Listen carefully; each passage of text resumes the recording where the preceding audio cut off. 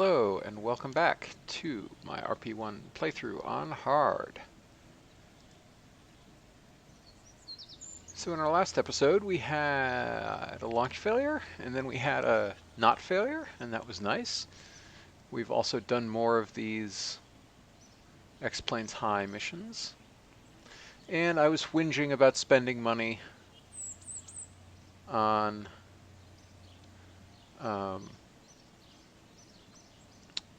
the Titan engines. And trying to figure out anything else I could do.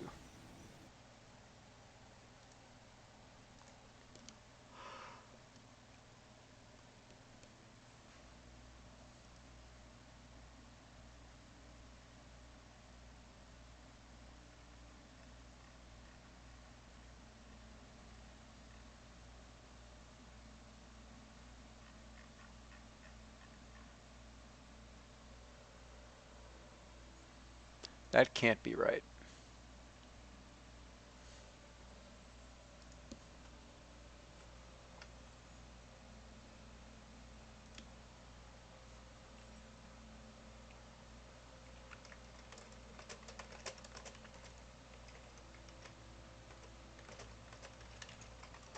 Like 6 degree, I'm pretty sure the Verniers had more gimbal than 6 degrees.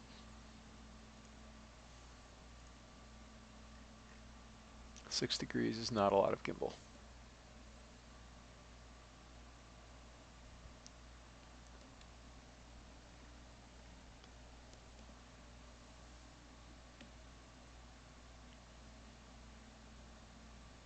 So, not super reliable.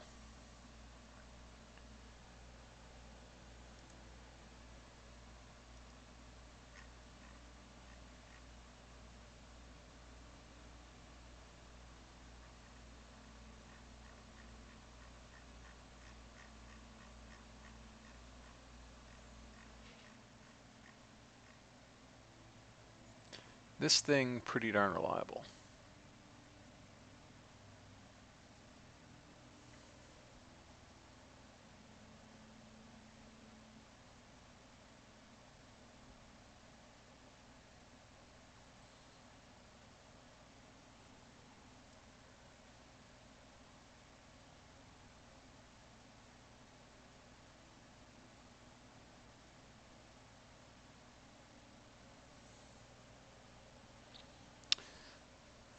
And I would like to not necessarily fall into exactly the same choices as my last campaign, but I also feel like I shouldn't be taking risks and doing things I don't know how to do.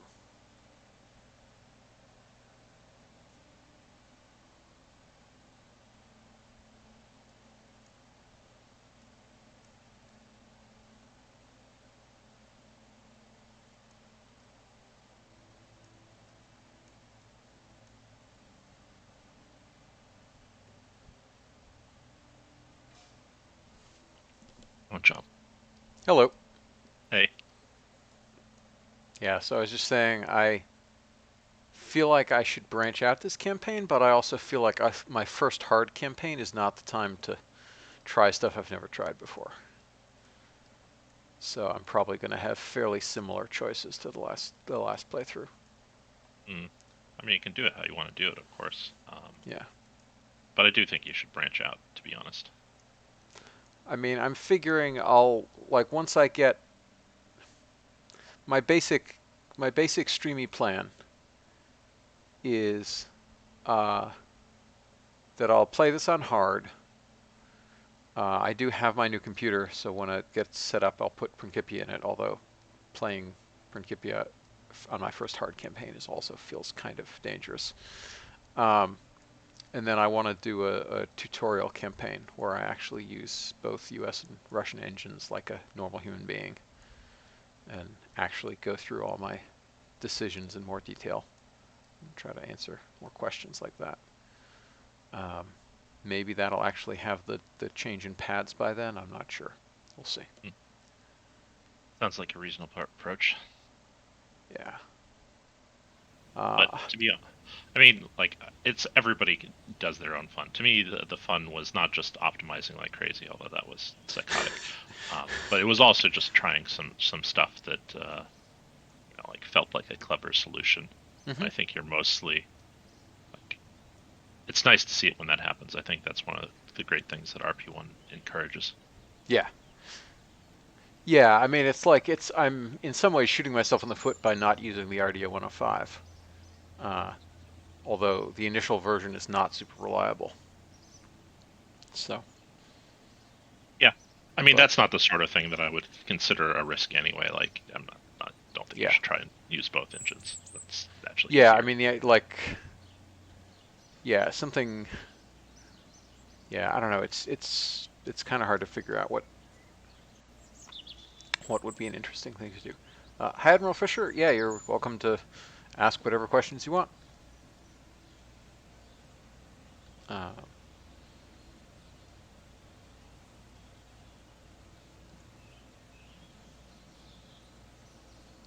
And that's true, Admiral Fisher. But both of us have played it enough that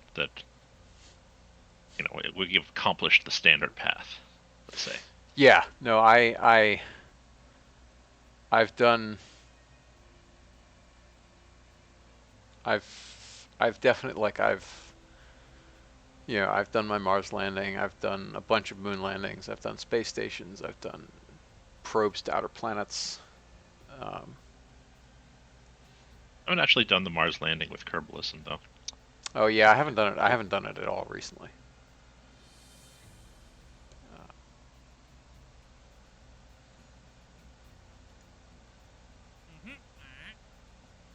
all right, so we're just about ready to do another of these. That's fun. Um,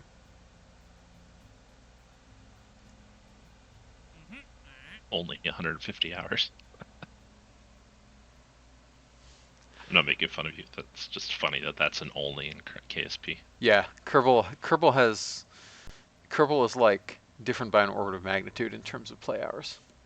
Mm. Um,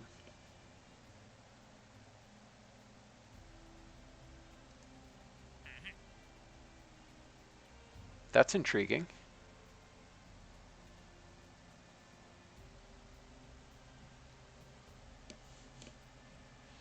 So I could do one of these instead of an X Planes High. It pays, yeah, pays better.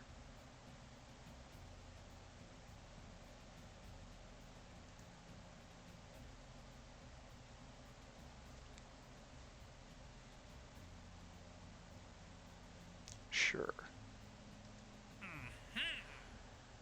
Sure, I'll take you. And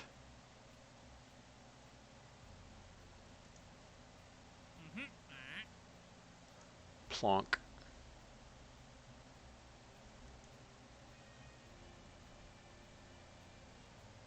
Congrats, Admiral. A lot of people take a long time or never get to the moon. Yeah.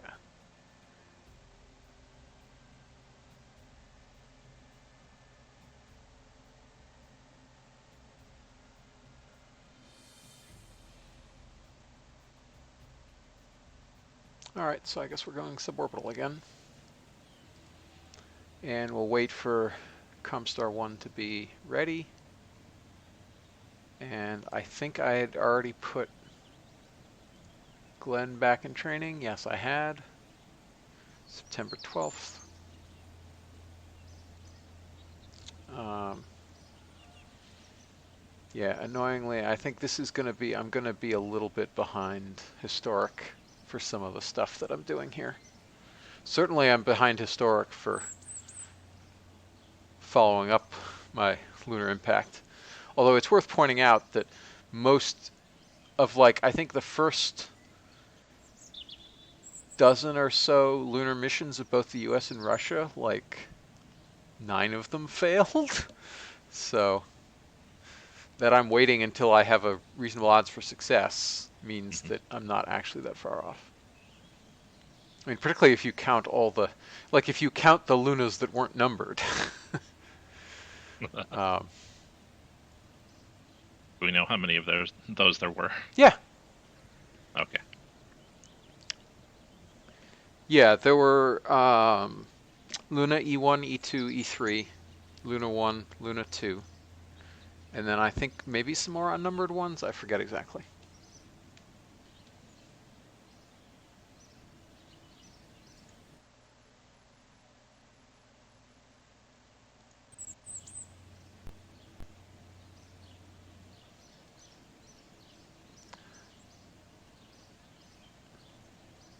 All right, so another couple days, and then we'll go for the flight. Um, the problem here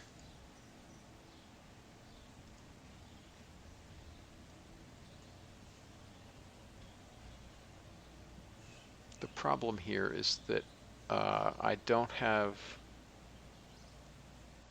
super easy access to other science that isn't lunar science. I do have the camera that I could send up, except its power requirements are ludicrous. But I think that I've basically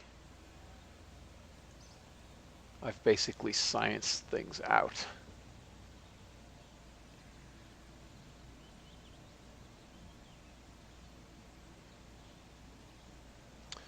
All right, so let's wait another couple days.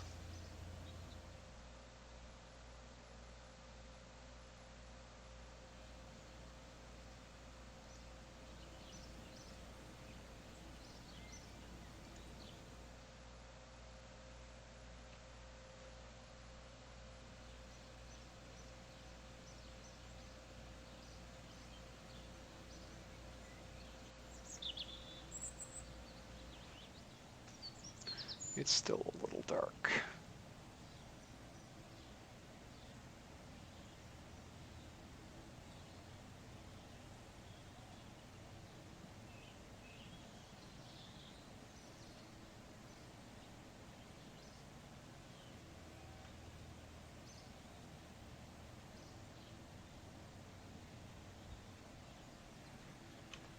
That's nice and bright. Mid-morning. Really need to add time zones. So it'll actually give me the local time. Yeah, I mentioned that in the Discord somewhere. Yeah. All right, we'll do a full 1,000 kilometers. Why not?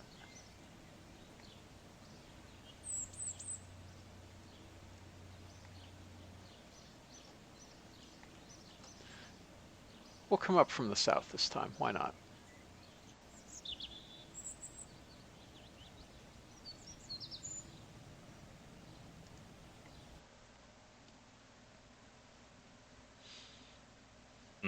Probably because that puts you over Cuba. I mean, if you're asking why not. Oh, yeah, 1,000 kilometers away. It might.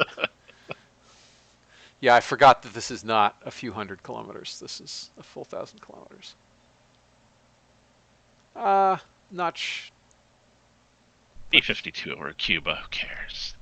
No problems at all. Yes.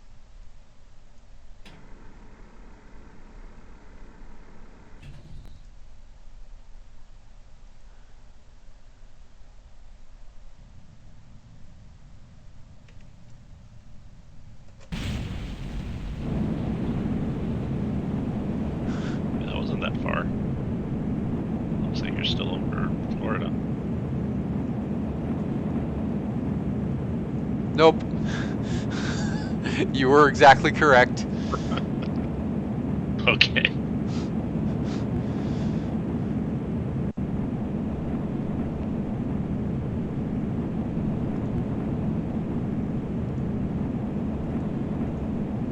I'm pretty funny. I like how this plane has bell bottoms.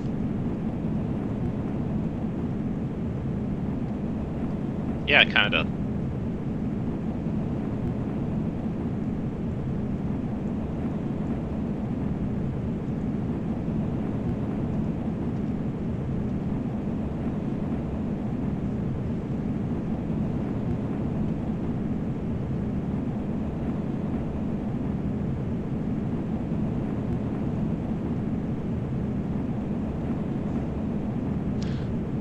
Also, I'm sure the Cubans appreciate that this plane is painted flash white.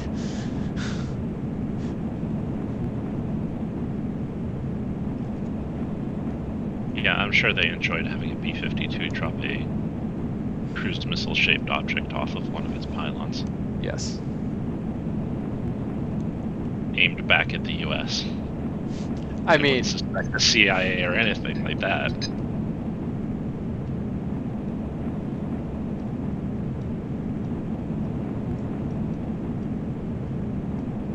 No, it's definitely not a stock plane. There's nothing about it, and nothing stock here. there is literally not a single part of this plane that has anything to do with stock.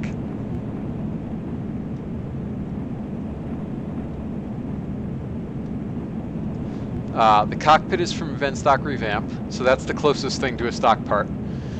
This is a proc tank. That's a proc tank. That's a proc tank. That's procedural fairings around the XLR-11 from RO engines. All the wings are B9 procedural wings. The RCS are conformal RCS from Restock, I guess. And it's using conformal decals. Oh, the landing gear are stock, although they're using KSP wheel.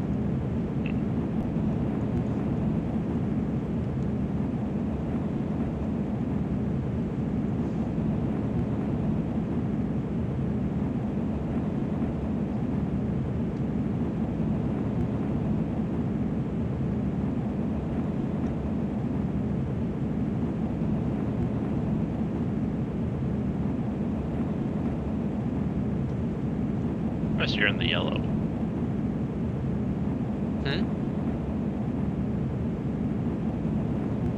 Sorry? I said I'm surprised you're in the yellow. The yellow? It's frame rate. Oh, this is my old computer. Oh, fair enough. Yeah. But even so, that's not a high part count craft. Yeah, but this PC is 4+ years old, and it was actually it's a i7-6850K, I think, which was actually had single-threaded performance that was worse than the computer I had before that. But I got it because it's the same as what I had at work,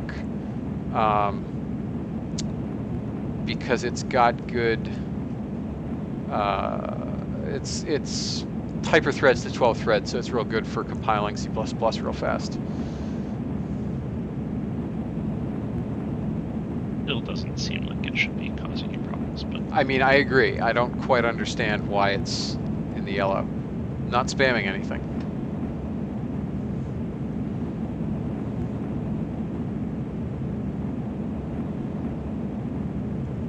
Wait, why is my throttle not firewalled? That's weird.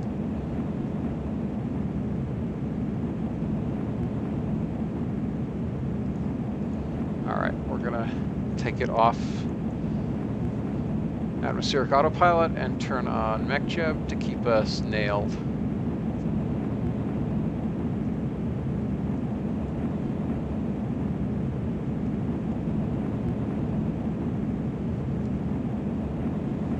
In alignment. Because AA has a limit of 30 degrees alpha, I think. Is it? Or did I change it to 45? No, it's still set to 30. And that's probably correct, all things considered.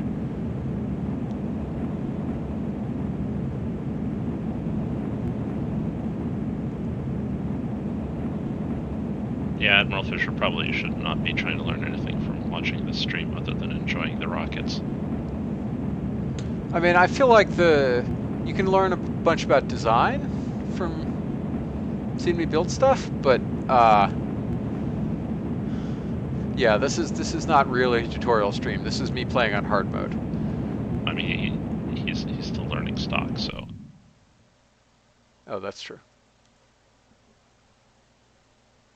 I mean, they were posting in the Discord about RP-1 stuff, so I think trying to learn RP-1. Oh, okay, fair enough. Yeah. Yeah, but like the fundamental lesson of RP-1 craft building is you don't use stock parts, like ever. Like landing gear and ladders are probably the only stock parts you will ever use. We did not have as high an apogee as I'd hoped, but it's higher than the contract requires, so that's fine. I sometimes use the tail cones. Those are stock. What, because they have the offset tips, or because you don't like the tooling? Because I don't like the tooling. Yeah. It gives you a 1.25 meter nose Yep. cone for planes without Yes. tooling cost. Yes. Yes. Really should just deprecate all of them. Spoil everybody's fun. I mean, like, tooling is a gameplay mechanic. I know, that's why I'm just getting this one off the shelf specifically. Yes. Also, looking at this from above, I really feel like the tail is maybe a little small. I guess it's about right. I I don't mean, know. It's hard to. compared to your wings, it doesn't seem small at all. Yeah, part of it is just the coloration makes it look smaller than it is, because the leading edge is grayer. And you've got the bell bottom. I mean, yes, also that. Yeah, so it looks like there's only that much, even though there's more. But so some of it is like visual tricks. Um, well, that was a brief time and space.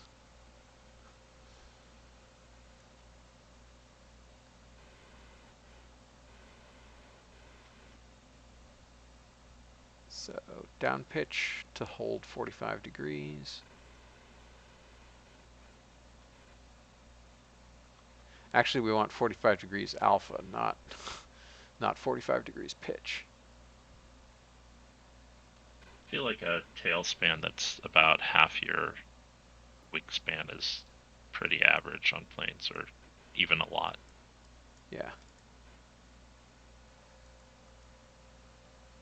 Yeah, Like it's for more high. just that these are really low aspect wings, and Yeah. that tail planes are higher aspect.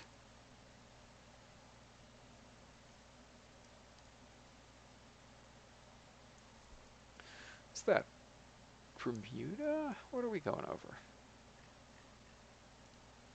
Oh, no. Wait, what am I? Okay, that makes more sense.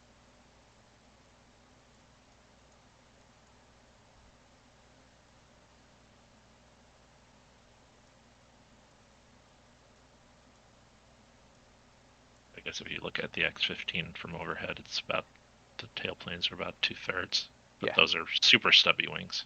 yes.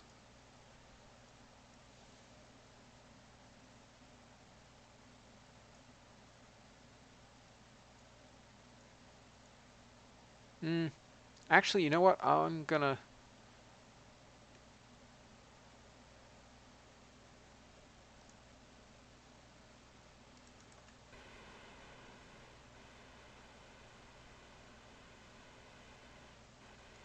lower my angle of attack a little bit and decrease my drag because I wanna go for length here. Given that we're still only a bit less than 400 kilometers away.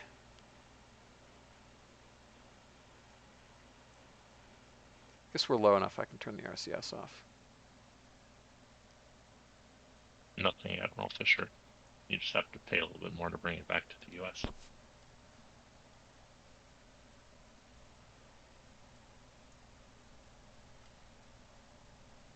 Oh, that was a spicy pullout. That was 10 Gs for a while.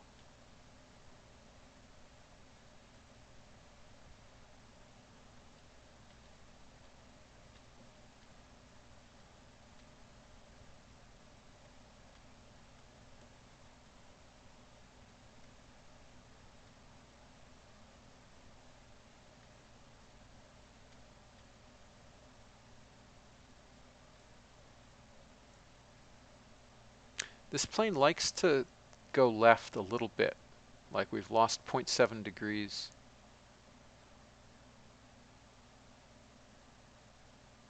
That's weird. Yeah, that is weird.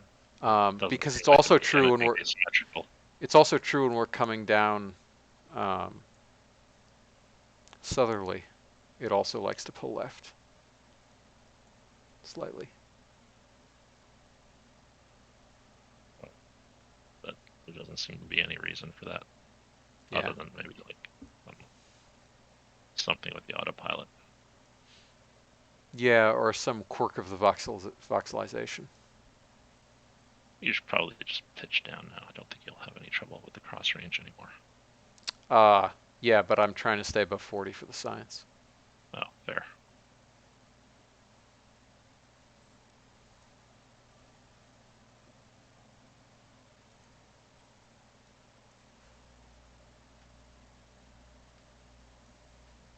Yeah, so this was a speed flight rather than altitude flight. If I really went for altitude, I could probably just barely break 180. Um, Yeah, I'm sure you could. You almost got to 180 on that other flight, and you didn't. You were only like what 60 degrees, 70 degrees, something like that, on the ascent. yeah, on the first flight it was 167 or 8 kilometers, and yeah, Hmm. it was about 55 degrees, I think.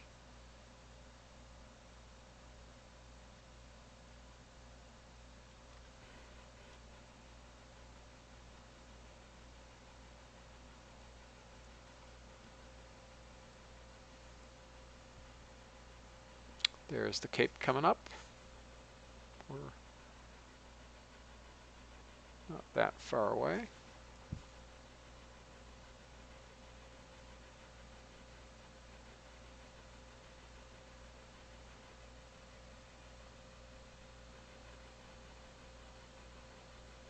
Getting little side puffs.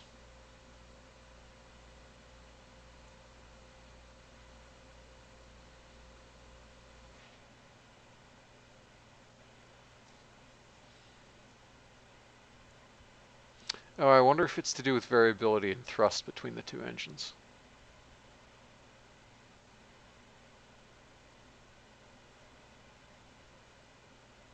That could be why we were pulling left.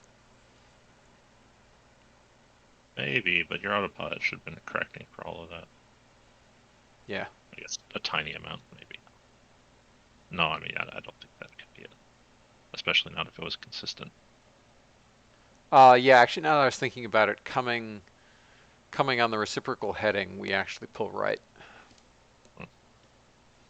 not left. So basically, I wonder if it's something to do with the rotation of the Earth, actually, because that's consistent. Yes, that could be it. Um, but I don't see why it would change. It ends up it why it would end up in changed heading.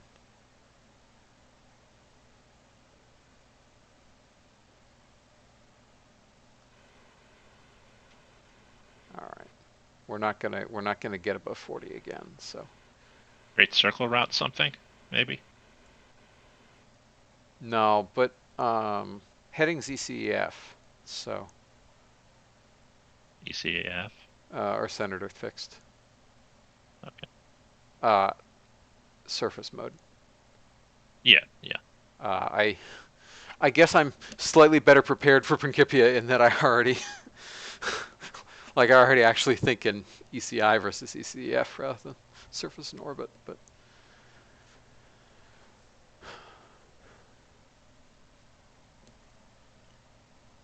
that's from going over those Mercury reentry datagrams to try to look at the thermo.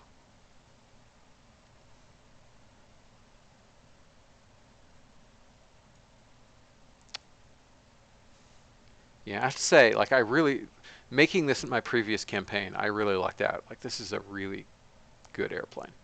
Did not expect it to be this good, but it's really been pretty good. Like it lands super gentle. It can go up to 180 kilometers, fairly cheap. Doesn't seem to have any foibles at subsonic all the way to hypersonic. Pretty happy.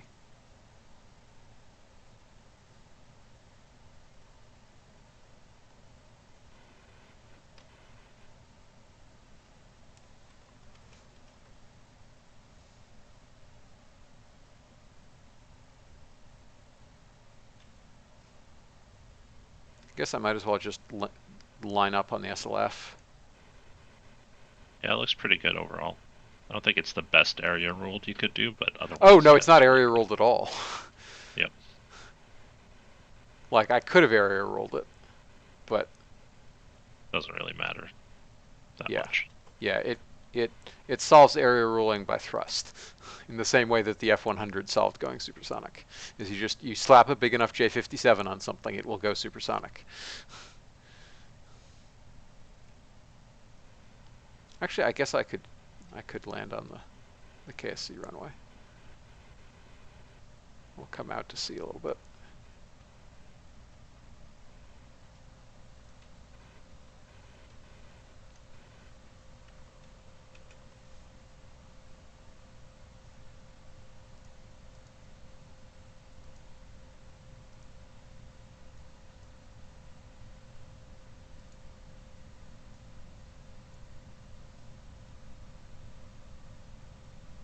Okay. Yeah, the one thing that I would want to fix on it is the fact that it has those big old flaperons, which are great for landing at slow speed, but there is a little bit of bad behavior if I have full flaps trying to get roll control out of it, because it'll stall a wing if you roll in the opposite direction. Mm. Well, that should be really easy to correct without affecting it. Yeah. Yeah, it'll only raise the landing speed slightly.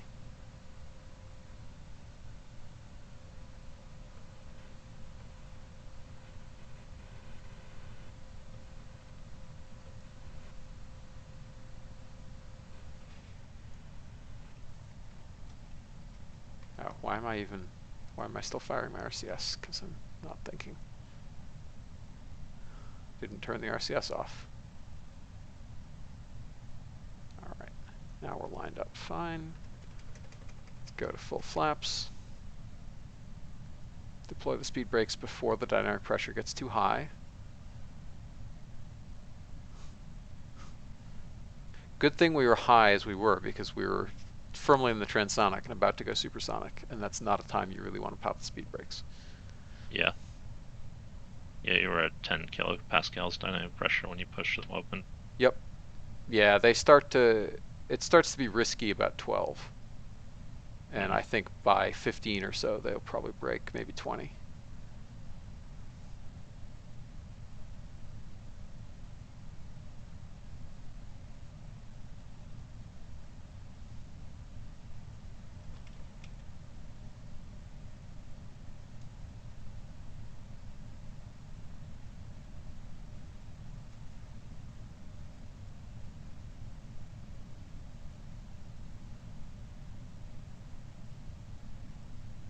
Okay, let's bleed off a little pressure.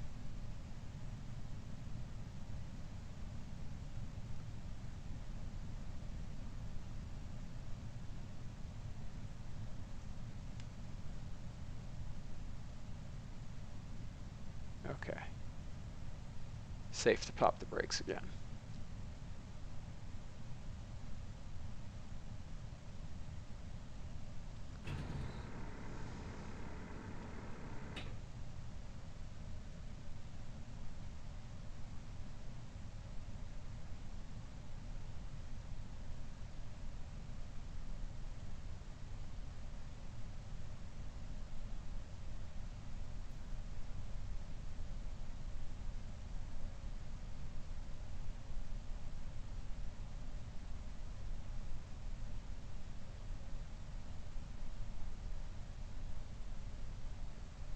Okay, we don't lack for energy.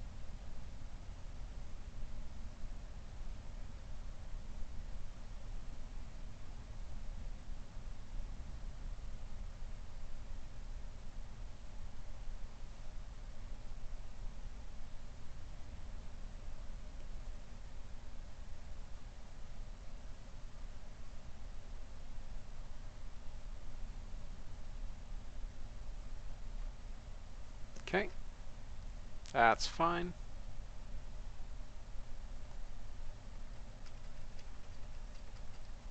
Flaps up, and we're done here.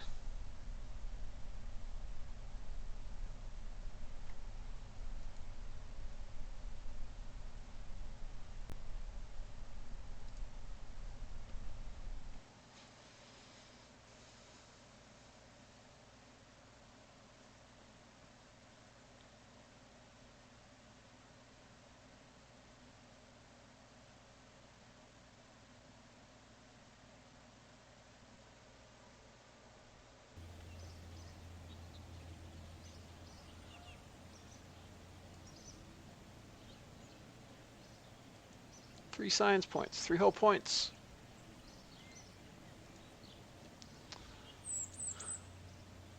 Almost 10 times more expensive than the Sky Streak was. Oh well. Oh, it's mostly a cockpit. Unavoidable. Yep.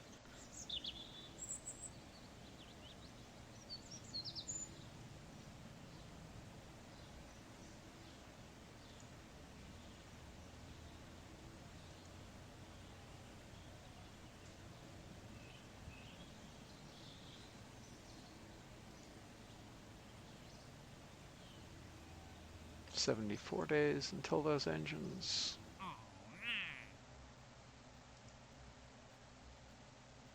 All right, that one's getting better and better.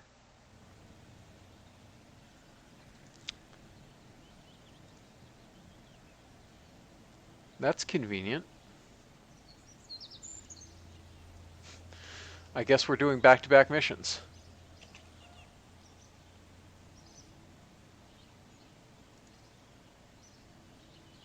Getting those 3 science. Hmm? So you can keep getting those 3 science. Yep.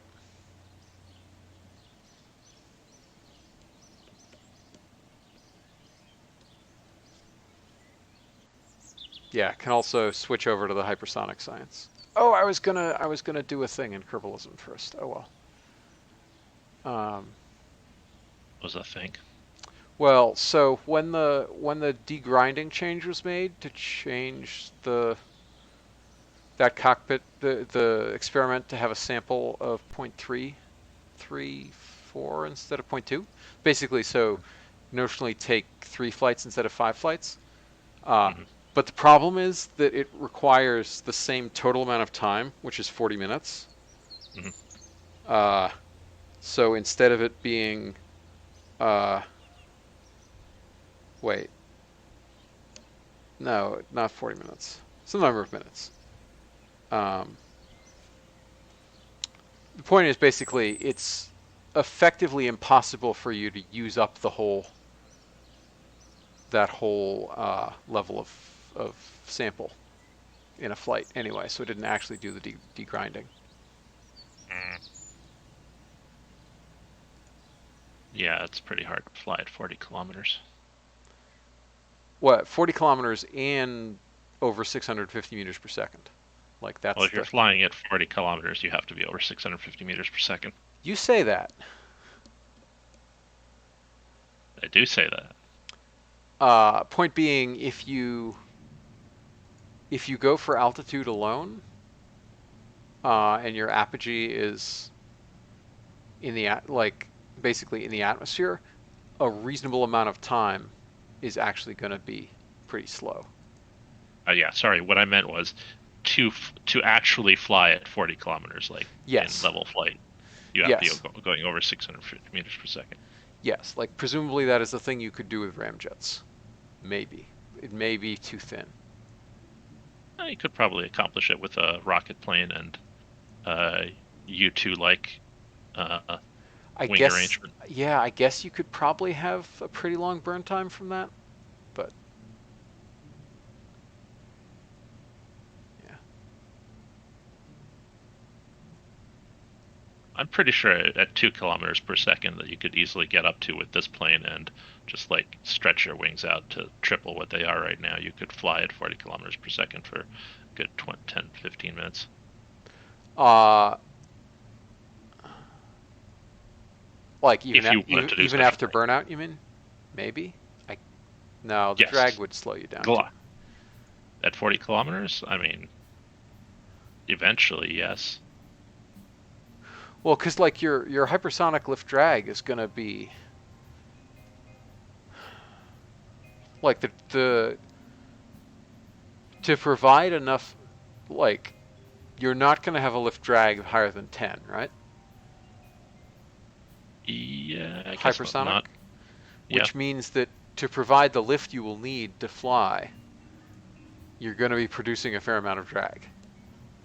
Yes, that's true. But you also have 2 kilometers of velocity to shed. I mean, Yes. so I'm just saying I think it would be possible. Yeah.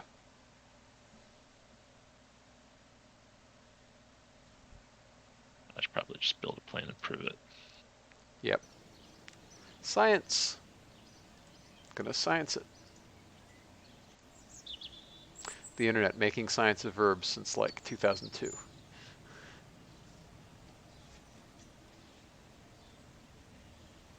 Why is that when Bill Nye came around? No, Bill Nye was in the 90s. Yeah, well, then but he made it a verb earlier.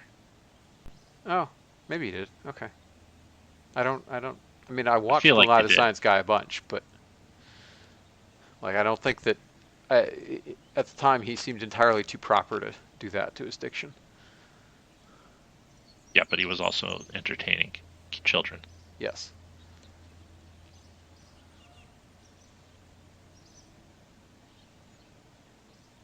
Goldranos probably did it too. But I think that was 2000s. Yeah. Also, for science, it's still a noun then. Yeah. Yeah. No, I'm talking sciencing as a verb.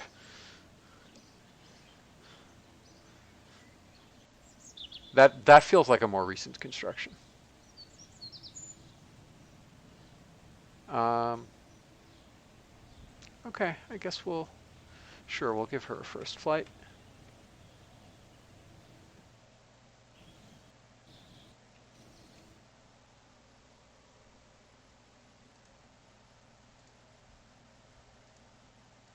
Joyce Holmes, you're going flying.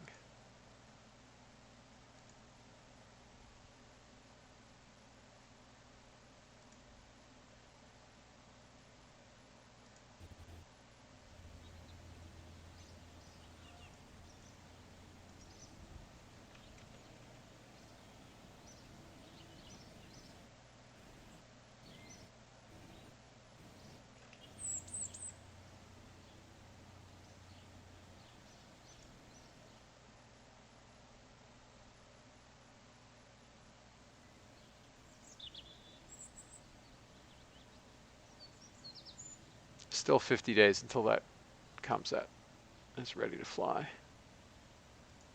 And it's still faster than our next tech node.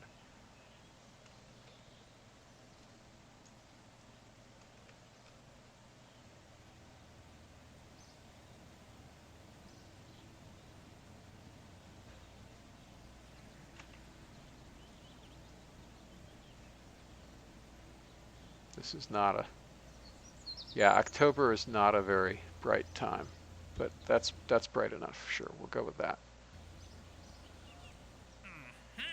X plane's high. 90 kilometers. Well, we certainly will reach 90 kilometers.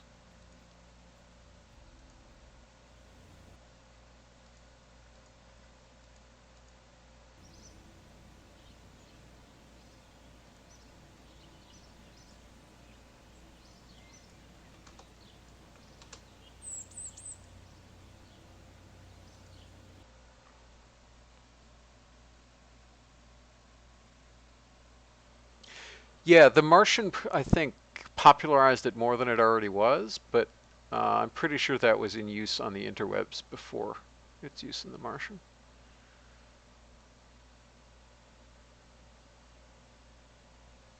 The Martian was almost 10 years ago now, I think. That's about right, yes.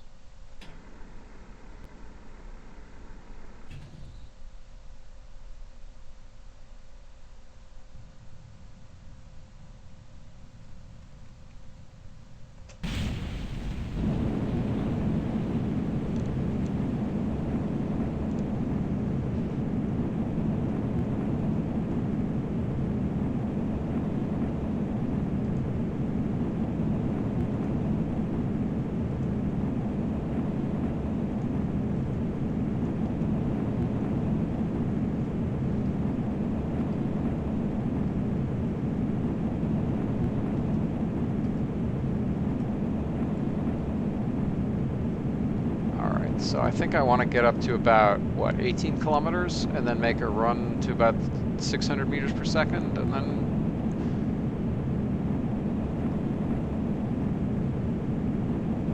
go for a climb out.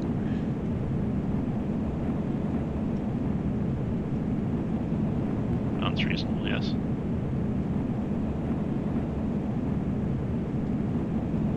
And with only needing to reach 90 kilometers, you have plenty of leeway to Right, do but it. I want to go as high as possible to get as much space science as I can, I guess.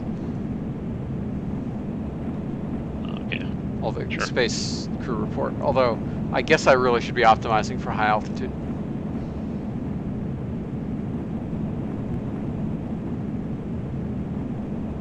What you mostly want to do is make your climb out, your zoom climb, reasonably gradual. Yep. Like, Yeah, so I don't take a lot of drag losses. yeah, exactly. 20 degrees of alpha or more, and you start. Yeah. Yep. But I also have to do it fast enough that I don't lose too much dynamic pressure, so that I do still keep raising the velocity vector up. Sure. Yeah, that's looking better. Yeah. Although that's okay. That's about when we have. That's about as good as it gets. So. Yeah. Now I want to. Yeah. Well, also when you're over 30 kilometers, you're not. The drag isn't so bad, so you can't go for a higher alpha then. Yeah.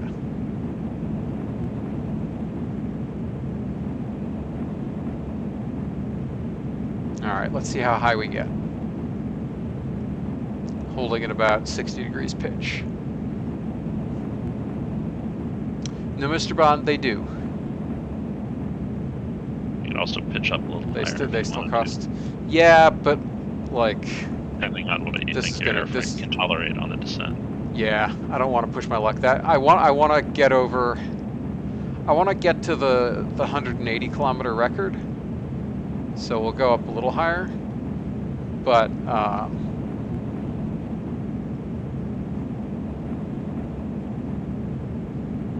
I don't want to push my luck that much. So, we'll see.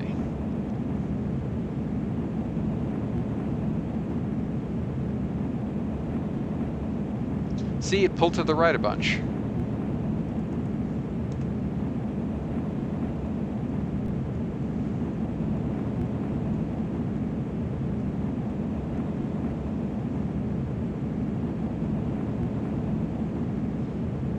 Yeah, I think we were talking about maybe doing something where astronauts cost less to hire, but training them costs a bunch.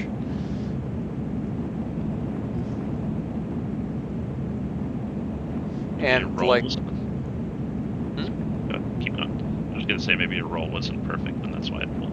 Well, it was while I was under atmosphere autopilot. It's not now that I'm under mech jib, because I'm just on kill rotation. Basically, because I'm still not above 30 degrees alpha. That's interesting. I didn't have to switch to mech jib.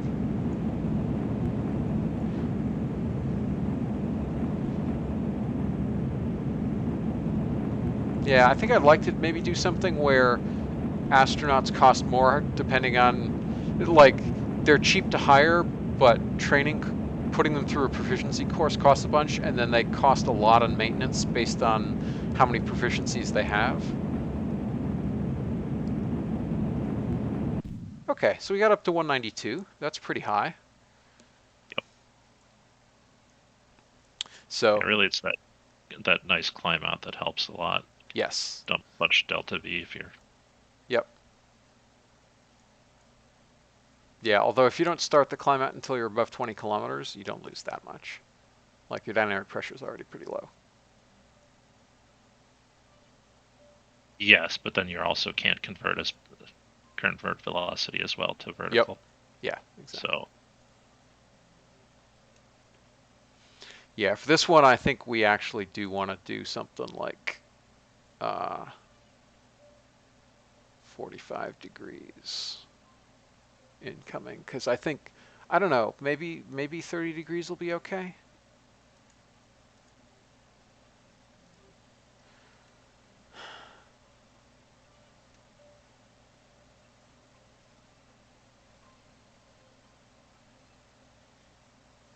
Okay.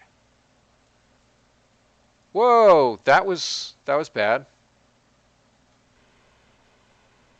That was real bad. What is going on here? How's that happening?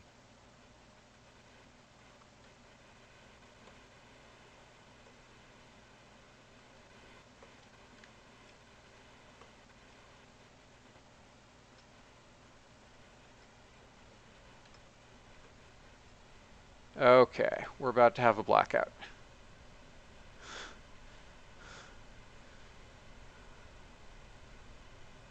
I think she's holding the stick back anyway. Yes. Oh, no, it's because... Oh, the autopilot is doing it. I know. But, yeah, I should not have warped like that, because that was really bad.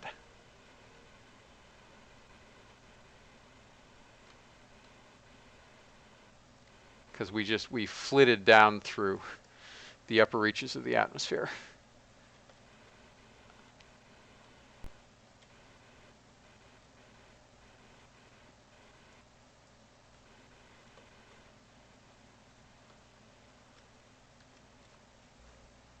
Also, what's my course like?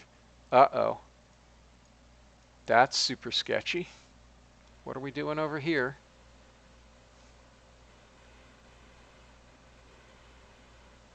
Whoops. What was that Kerbalism message? I didn't even notice. See it. Sorry? I didn't see it. Yeah. Okay. At least we got the altitude record.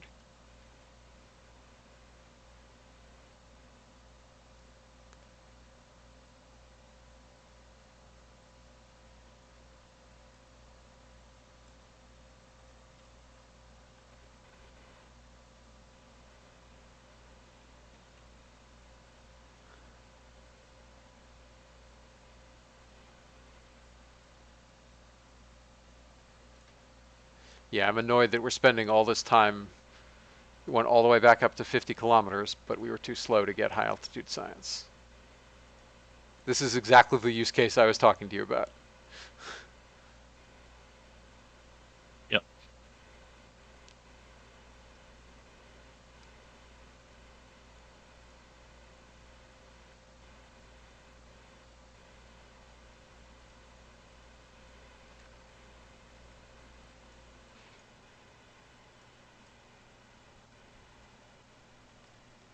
Okay, right on the 135 line is probably correct. Looks like.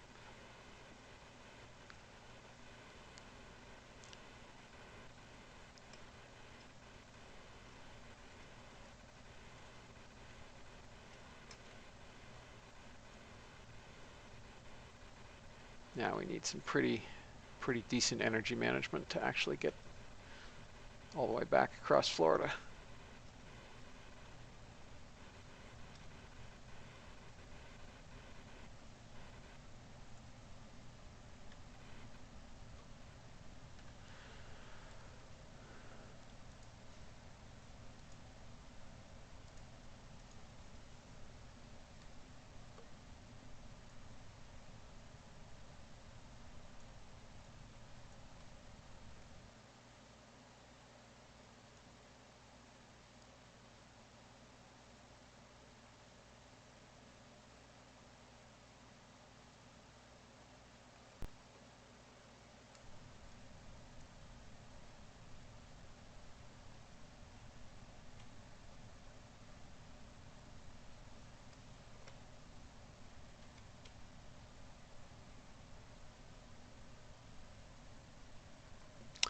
Thank you, no, Mr. Bond.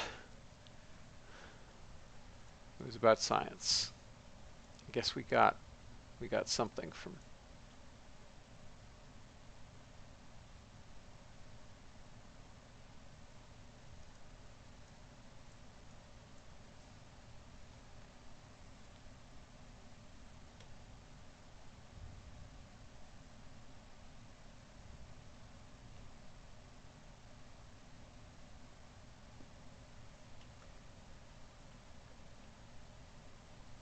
Okay, there's the cape over there. Let's come left a little bit.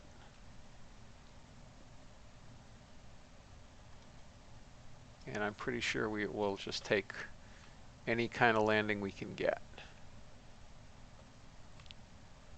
Either the SLF or Kerbal Space Center or anything.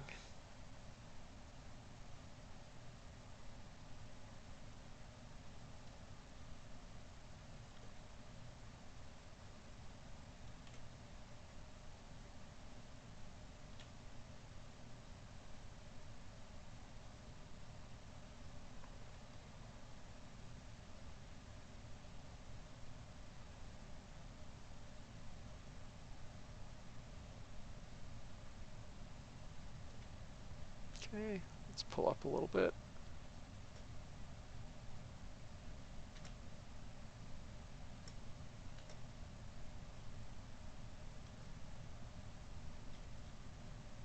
Eventually we'll become subsonic.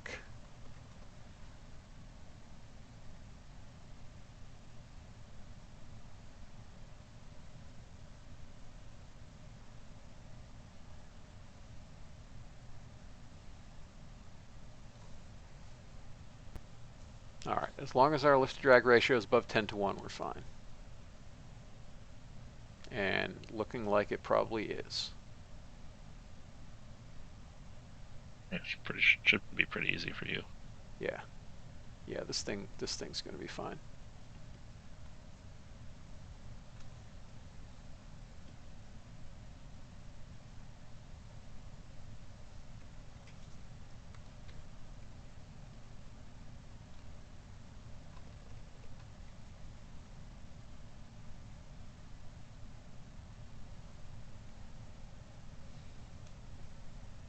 Oh yeah, easy go.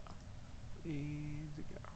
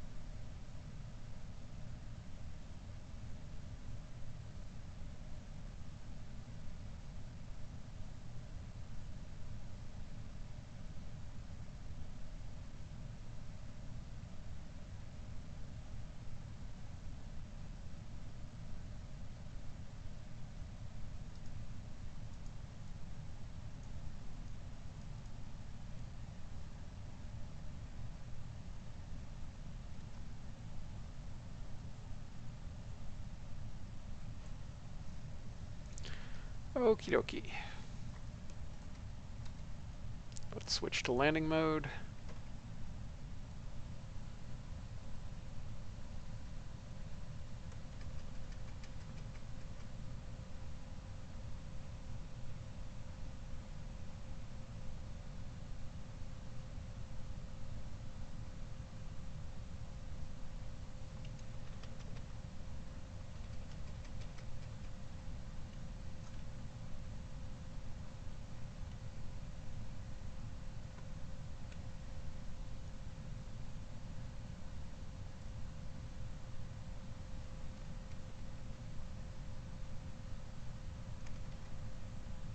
There, much more stable.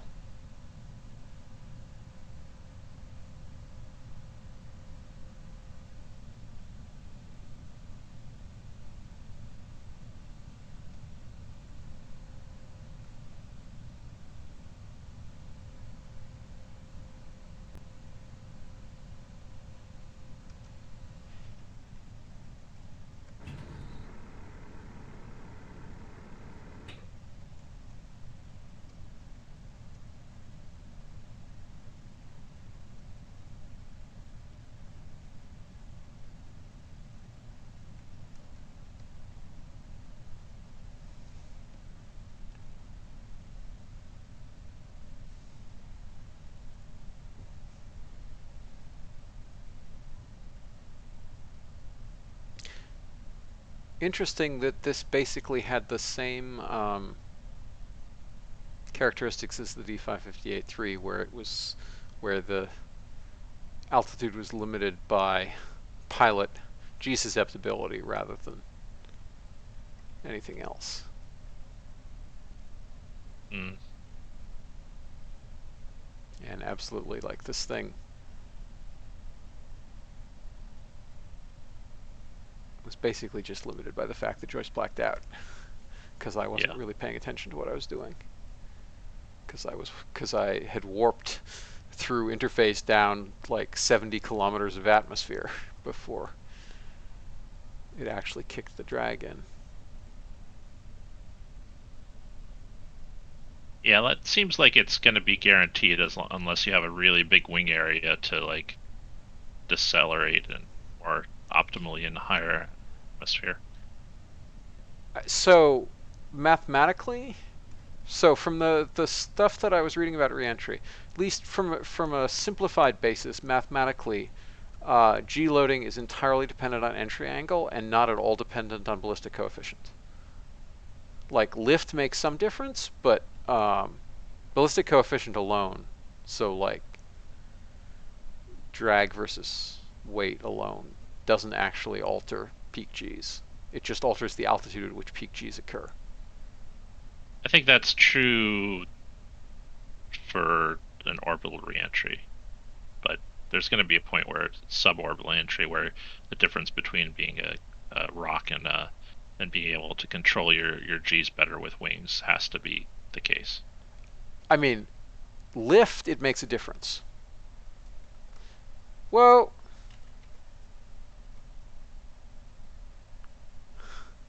that was less than awesome. I Uh, didn't get off mouse aim flight fast enough, so we pitched up. But thankfully, all's well. We survived.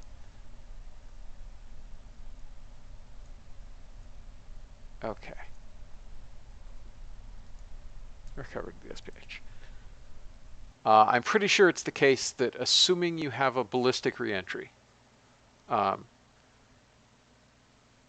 the the peak G loading is not gonna be dependent on your ballistic coefficient. Like yeah, I think yeah, that's that makes pretty easy to sense. prove.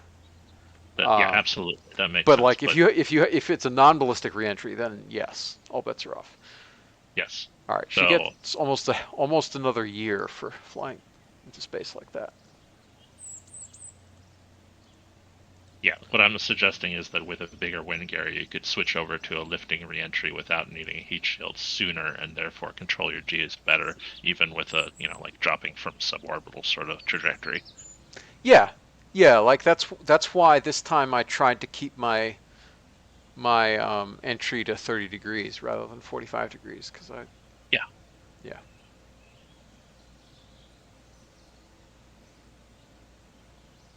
Let's look at their retirement dates. It's pretty good. That's pretty good. All right. And that was enough to give us another point.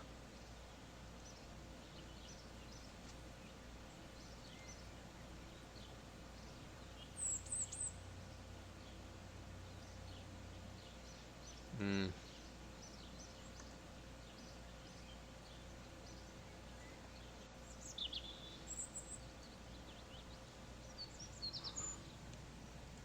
You know what? I'm gonna buy a point, and hopefully that was correct.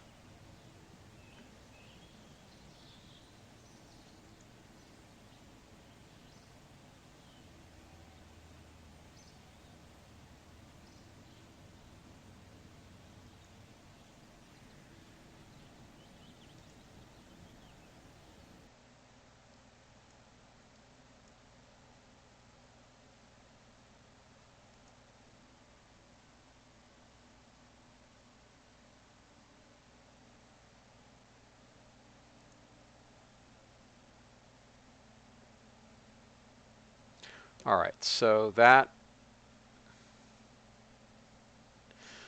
interplanetary probes is very expensive science-wise. But meanwhile, we can do Mercury.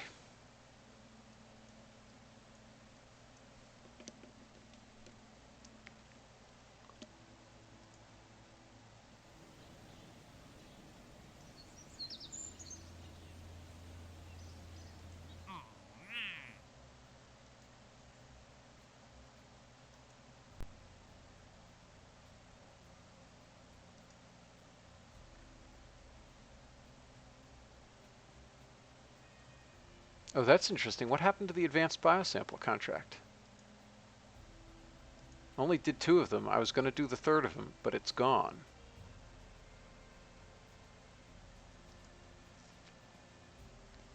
What is it that made it go away?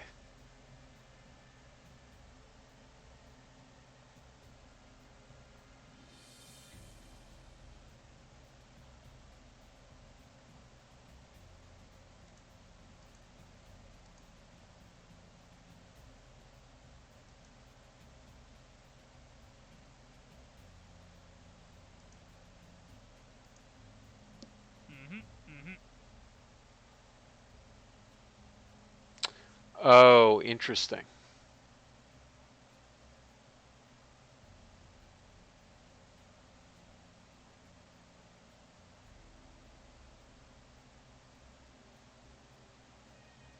So once you send an actual human being above the Kármán line, you can't.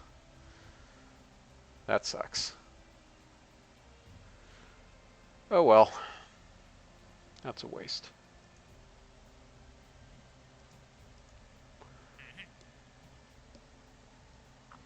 But we can do this.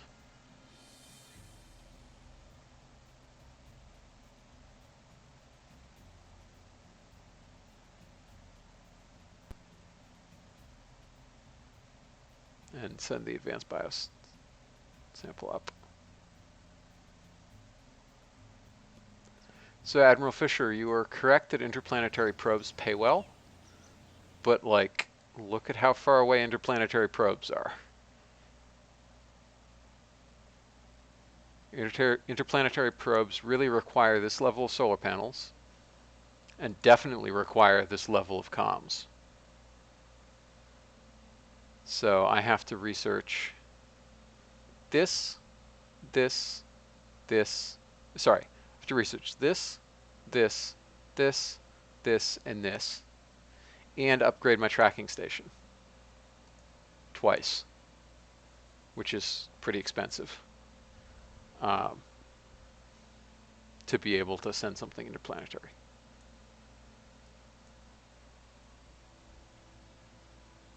So interplanetary probes are not a thing that is going to be happening anytime soon.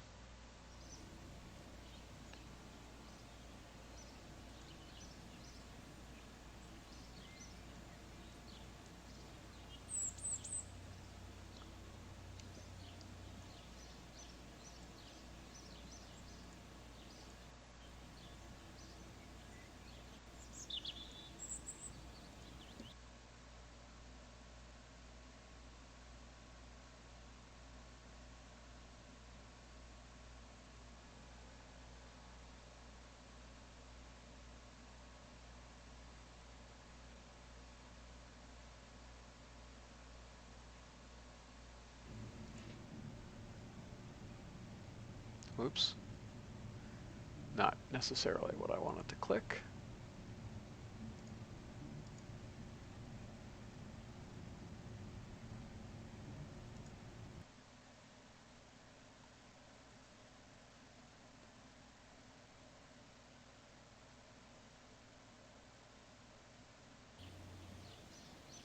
Okay.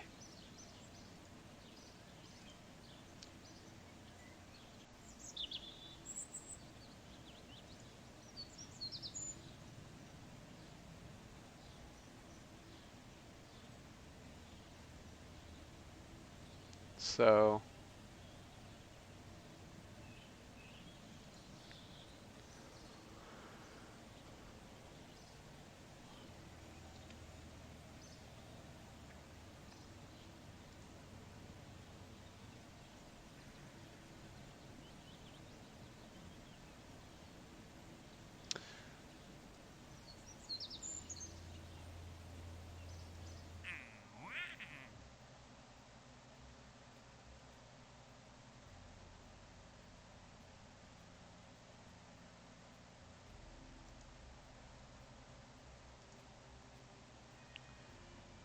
Human milestones. Where is human milestones?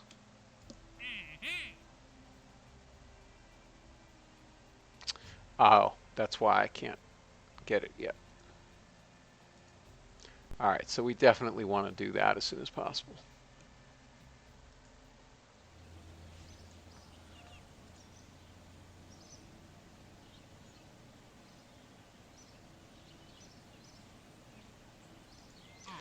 And how long does this give me? This gives me 9 months. Yoink.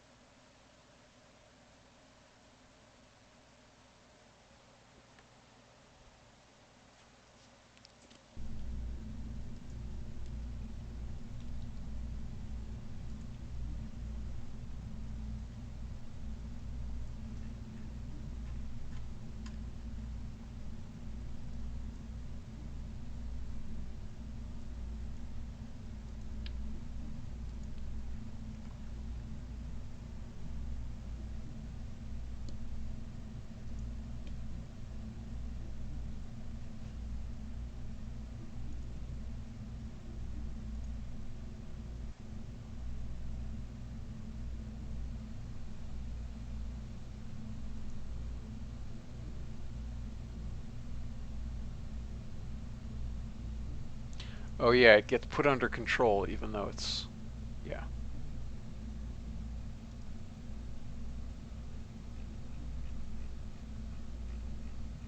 Even though it's actually a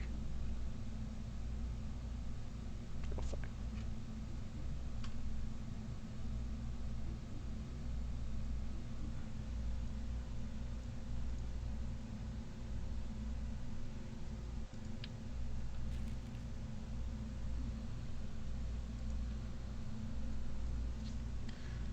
Okay, so Kerbalism. Kerbalism says, oh,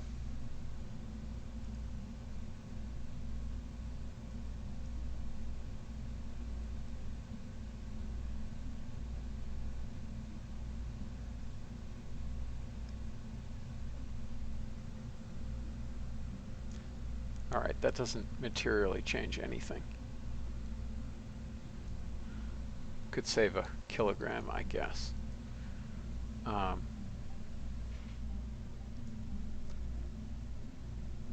Yeah, so I don't know.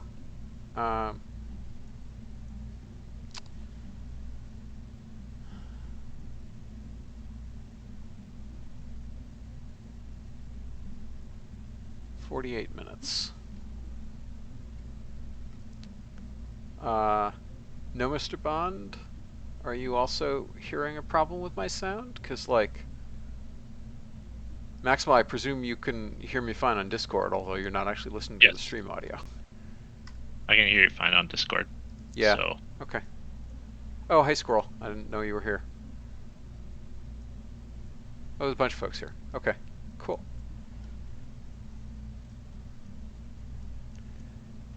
All right. So yeah, sounds like Admiral Fisher sounds like the issue is probably on your end. All right. Oops, wrong tab. There's that, and then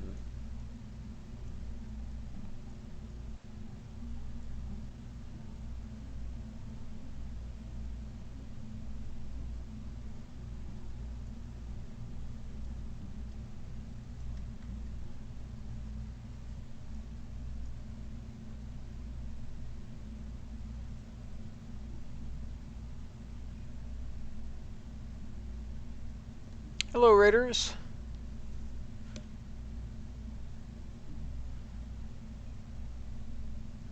Thanks, Root. Let's see. So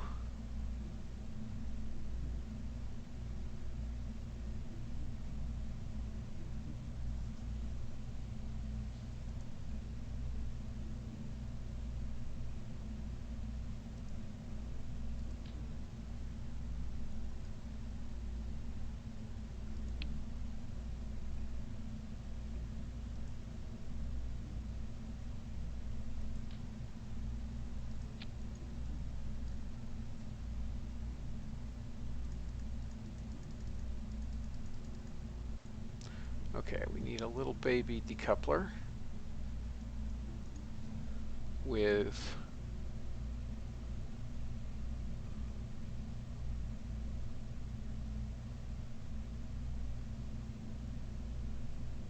enough retros to deorbit us.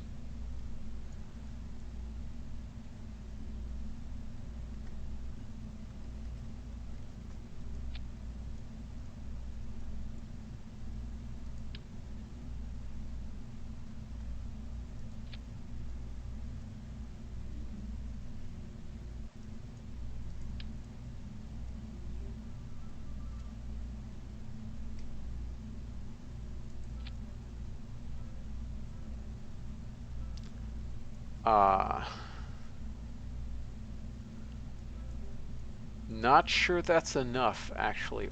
Under ordinary circumstances, that would be enough, but you have to have a really steep reentry with this thing.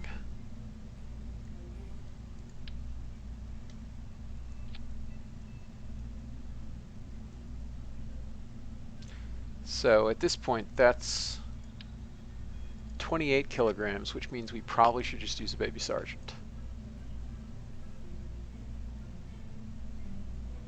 Which I think is, yes.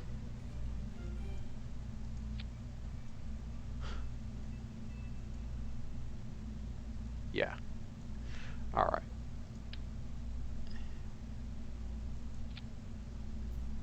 $30, and these things are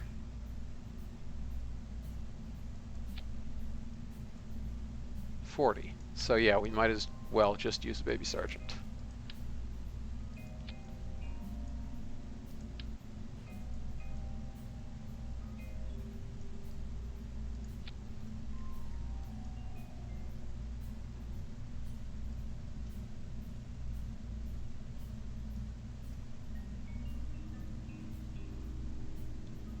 No, Mr. Bond, I definitely plan to sim this because yeah, it's gonna be touchy. Root, this is indeed a new. This is the hard campaign that I've been playing for the last 3 weeks ish. I've actually been archiving it to YouTube, unlike the last campaign. Yeah, it's a fairly new save. Hard mode is hard, in case you're wondering. The hard difficulty is genuinely hard.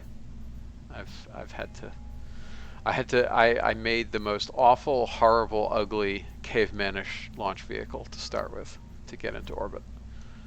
For scientific satellite, it had A4 boosters, but now we're in the Thor Able era and it's fine.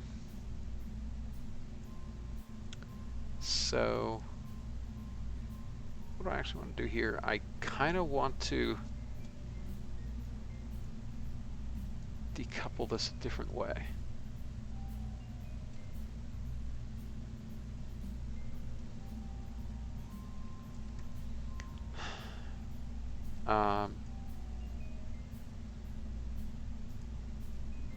Don't need to fully fuel this. So yeah, actually, might as well just sim this and see what happens.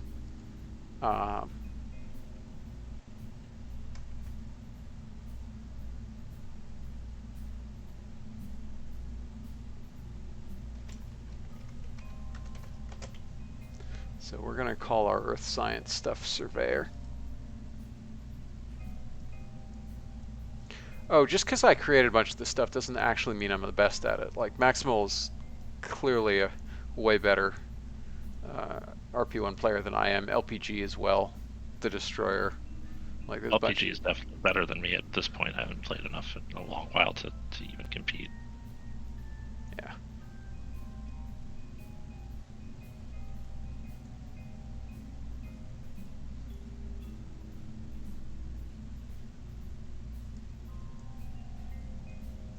All right, so let's sim this in orbit and see what happens.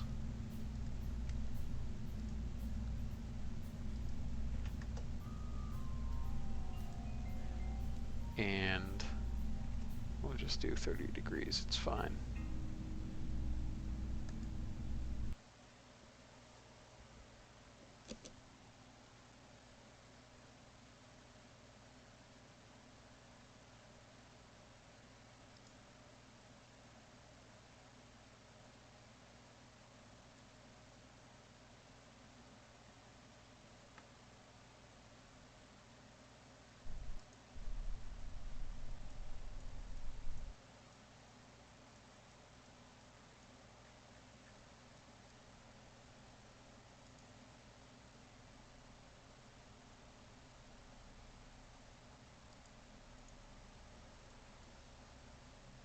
Okay. And we want to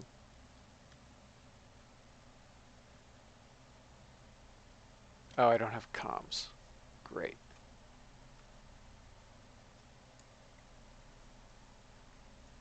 Of course I don't have comms.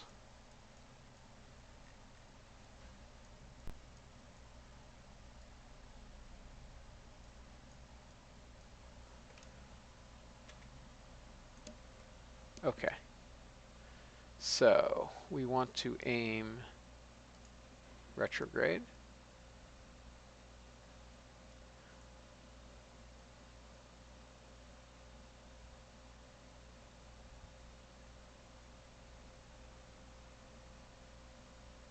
And let's fire the solid.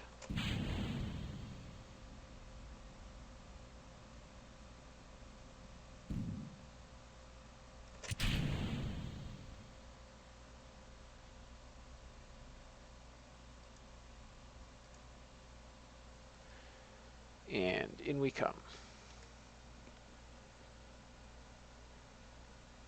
So taking 400 meters per second off our orbital velocity, um, this should be fine.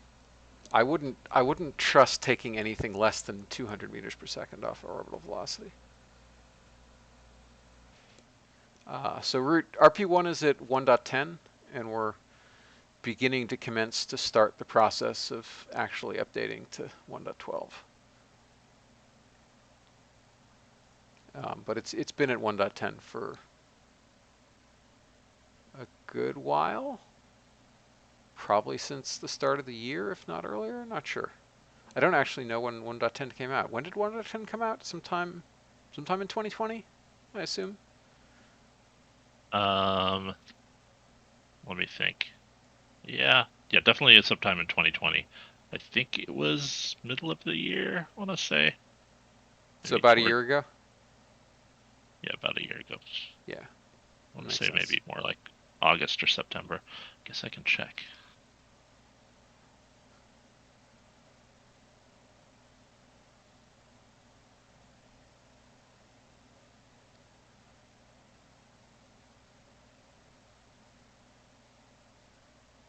Yeah, 10.1 came out almost exactly a year ago. Gotcha.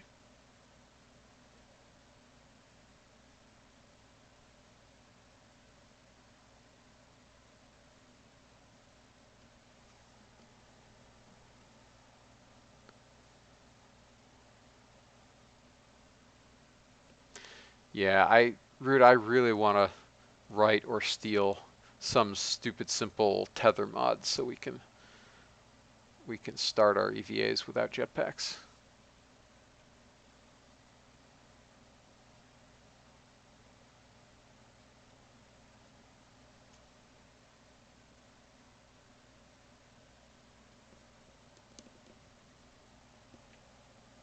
Speaking of which, Max, I'm super happy that y'all kept using the Kerbal config files, so they're exposed. Yeah, no problem. I mean, it's kind of part and parcel to make sure everything is as moddable as we could reasonably do. Yeah, exactly. Yeah, no, it was, as I'm sure you and Jamie and Dave and anybody else in the code saw, like I had to do some serious surgery to make that system work. Yep.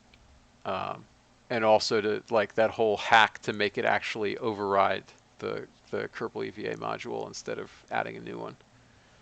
Yep. I know people have asked us for tethers forever. We actually looked at it for the robotics DLC, and we had a pretty good prototype of it working, except it wouldn't work with floating origin. Yeah. So, not for that, would have had flexible tethers and Yeah. winches and stuff. Yeah.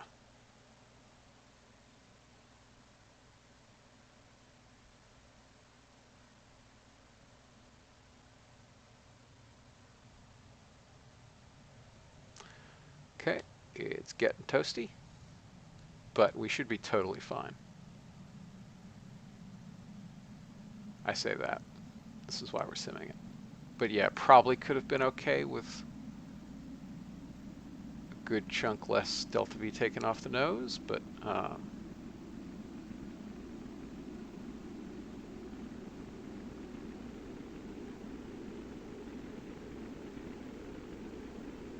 so the floating origin system is uh,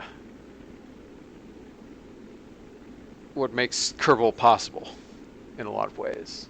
Um, Among so other things. yes, so Felipe gave a talk at GDC a long time ago, and that's or Unite, I forget. If you look for, it would have been Unite, I think, because the GDC talks wouldn't be public. Um, but it's like creating a universe in Kerbal Space Program or something. So Felipe explains that, and then Mike explains PQS.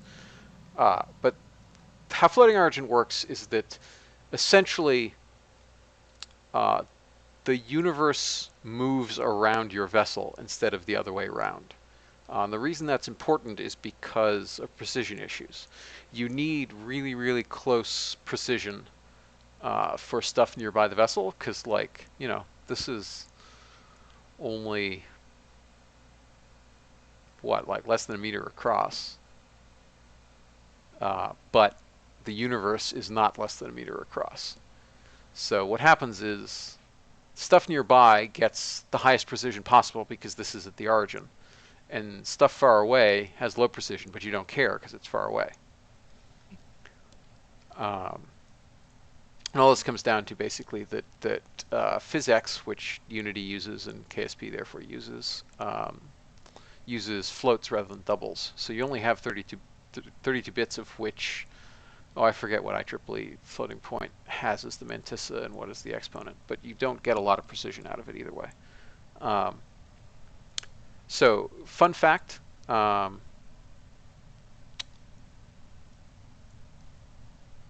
the precision for a float at Earth's surface when the origin, it's 23 and 8. Thank you, Root. Yeah, it's been a long time since I had my CS course that went over that. Um, so at Earth's surface, the precision of a float is about half a meter, which would explain why some of the time you sink half a meter into the ground when you're walking around on Earth. Um, Kerbal In doesn't. RP-1. In our yes, uh, not in real life unless you're in a swamp, like unless you're in actual Florida rather than simulated Florida. Um, so that so floating origin means at the end of every physics tick, however far the vessel has moved from the origin, we move it back to the origin and displace the rest of the universe by the inverse of that amount. So at the end of every tick, you end up back at the origin. So at the start of the next tick, you're at the origin. So that's floating origin. Kraken's Bane is effectively floating origin for velocity. And what it does is when you get above, I forget what the threshold velocity is, it's only like 300 something meters per second. Um, you basically you set the vessel to zero velocity, and you set everything else to the inverse of the vessel's velocity. So at the end of every tick, you also apply, like, you don't actually move the vessel, you move everything else by the inverse of the vessel's velocity. So then you get high precision on rigid body velocities as well as rigid body positions. So between those two systems, that's how you can actually make you can actually have sandbox physics style stuff, but at orbital velocities and distances. The reason this breaks tethers is um, because it's KSP and we don't really have that many developers, and we don't have like time to like say, okay, for 6 months, go off and write us a cloth simulation that works with floating origin. We wanted to use a out of the box package, and of course none of the out of the box packages work with floating origin physics, and we're not easy enough to like go in and hack to make it work. Yep. Yeah, totally makes sense.